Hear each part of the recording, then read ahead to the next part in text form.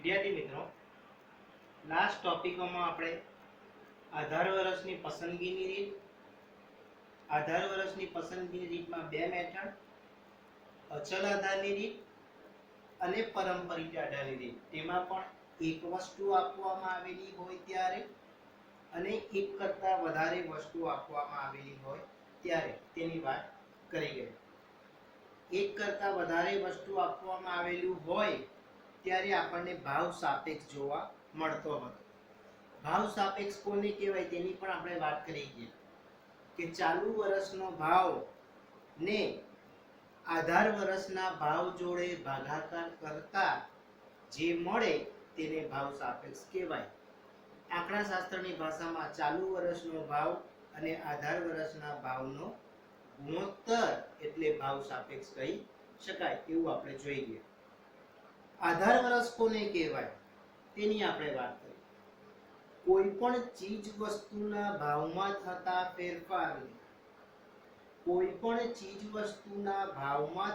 ફેરફારને ભૂતકાળના કોઈ ચોક્કસ વર્ષના એ જ વસ્તુના ભાવ સાથે સરખાવવામાં આવે તે નિશ્ચિત વર્ષને આધાર વર્ષ કહેવામાં આવે છે.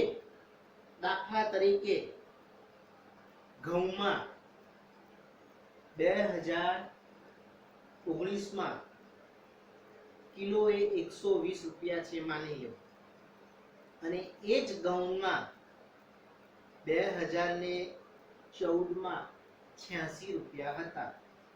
તો ઘઉંના 19ના ભાવને ઘઉંના 14ના ભાવ સાથે સરખાવવા તેને કહેવામાં આવે આધાર વર્ષ. ટૂંકમાં કોઈ પણ ચીજ વસ્તુના ભાવમાં થતા ફેરફારને ભૂતકાળના કોઈ ચોક્કસ વર્ષના, આ શબ્દ આવો જોઈએ, એ જ વસ્તુના ભાવ સાથે સરખાવવામાં આવે. એટલે ચોખામાં ફેરફાર થાય છે તો ચોખા સાથે સરખાવો, બાજરીમાં ફેરફાર થાય છે તો બાજરીના ભાવ સાથે સરખાવો, તેને આધાર વર્ષ કહેવામાં આવે. આ વસ્તુ આપણે આધાર વર્ષની પસંદગીની રીતમાં જોઈ ગયા. બીજી મેથડ આપણે જોઈ આધાર પરિવર્તન. આધાર પરિવર્તનમાં આપણે વાત કરી ગયા છેલ્લા 2 દિવસોની અંદર કે આધાર વર્ષની પસંદગી બે રીતે થાય. એક તો અચલ આધારની રીતે અને બીજી તો પારંપરિક આધારની રીતે.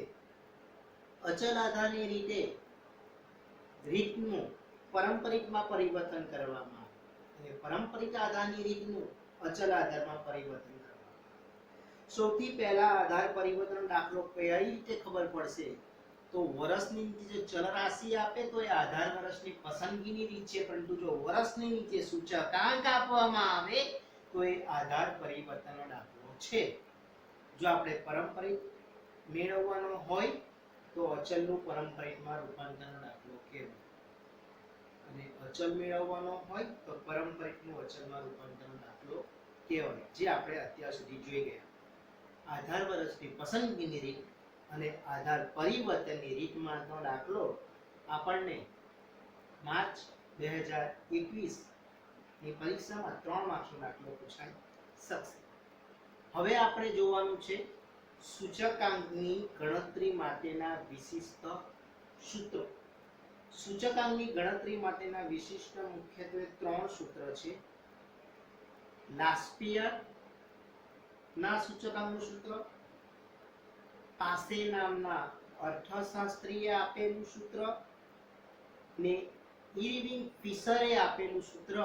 આ ફિશરના સૂત્ર પરથી જે સૂચકાંક મળે છે એ સૂચકાંકને આદર્શ સૂચકાંક પણ કહેવામાં આવે છે. શા માટે આદર્શ સૂચકાંક કહેવામાં આવે છે તેની આપણે વાત કરીશું. લાસ્પિયરનું સૂત્ર છે, પછી આપણે શોર્ટમાં સમજાવીશ કઈ રીતે યાદ રાખવું. સિગ્મા P1Q0 ભાગ્યા સિગ્મા P0Q0 ગુણ્યા 100. ફરી પાછું રિપીટેશન કરું છું. લાસ્પિયરનું સૂત્ર છે સિગ્મા P1Q0 ભાગ્યા સિગ્મા P0Q0 ગુણ્યા 100. એટલે કે લાસ્પિયર એટલે L અને સૂચકાંક એટલે IL ટૂંકમાં ઓળખાવવામાં આવશે. બીજું છે પાસેનું સૂત્ર.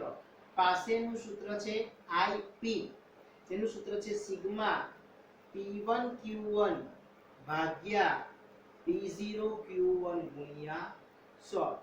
અને આદર્શ સૂચકાંક ઇરવિંગ ફિશરના બે સૂત્ર છે, એક તો IF બરાબર વર્ગમૂળમાં IL ગુણ્યા IP અથવા IF બરાબર વર્ગમૂળમાં સિગ્મા P1 Q0 ભાગ્યા P0 Q0 ગુણ્યા P1 Q1 ભાગ્યા P0 Q1 અને વર્ગમૂળની બહાર આવશે 100. હવે આ સૂત્રની આપણે સમજૂતી મેળવીએ.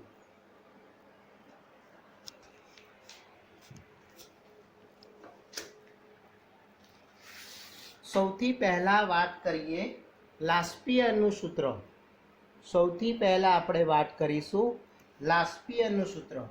તો સૂચકાંક શોધવાની આ પદ્ધતિ લાસ્પેયર દ્વારા આપવામાં આવેલી છે. સૂચકાંક શોધવાની આ એક અગત્યની પદ્ધતિ છે.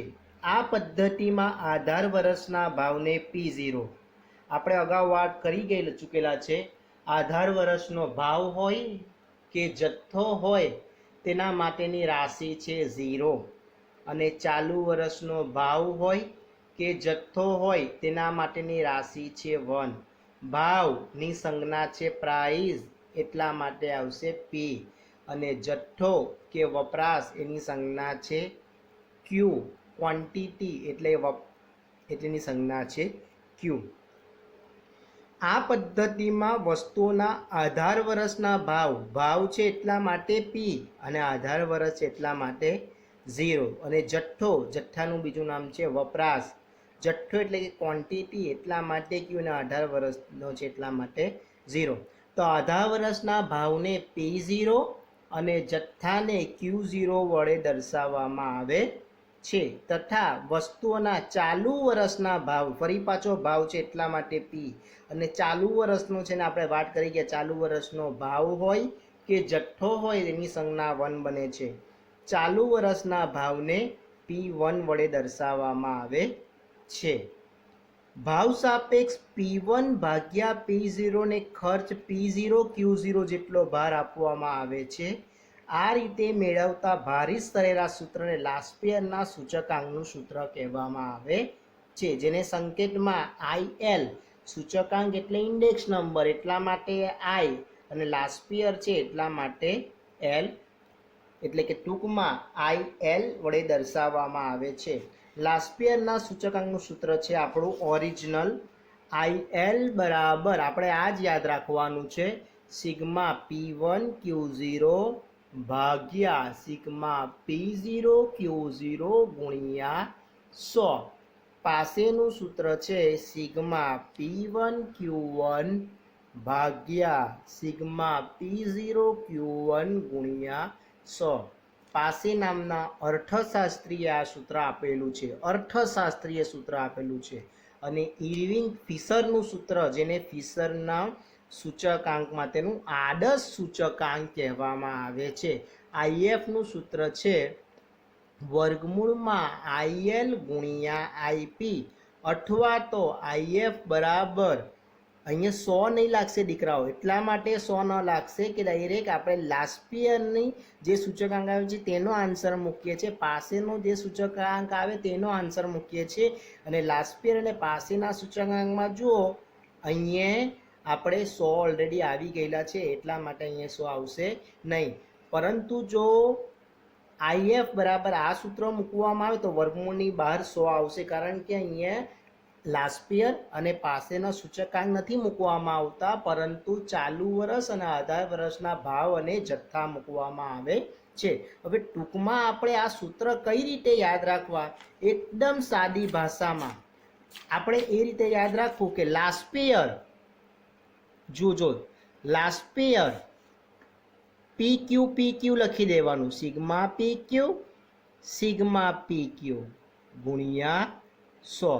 લાસ્પેયરમાં ટૂંકમાં યાદ રાખવાનું 10/00. જોજો હમણાં આપણે લખી દઈશું P1 Q0 P0 Q0, એટલે આપણે સૂત્ર બનશે સિગ્મા P1Q0 ભાગ્યા સિગ્મા P0Q0 ગુણ્યા 100. એટલે ટૂંકમાં યાદ રાખવાનું 10^00. એ જ રીતે પાસેનું સૂચકાંક છે એટલા માટે આય અને લાસ્ટ પેયર સંજ્ઞા એલ થી શરૂઆત થાય એટલા માટે આપણે એલ લખેલો છે. એ જ રીતે પાસે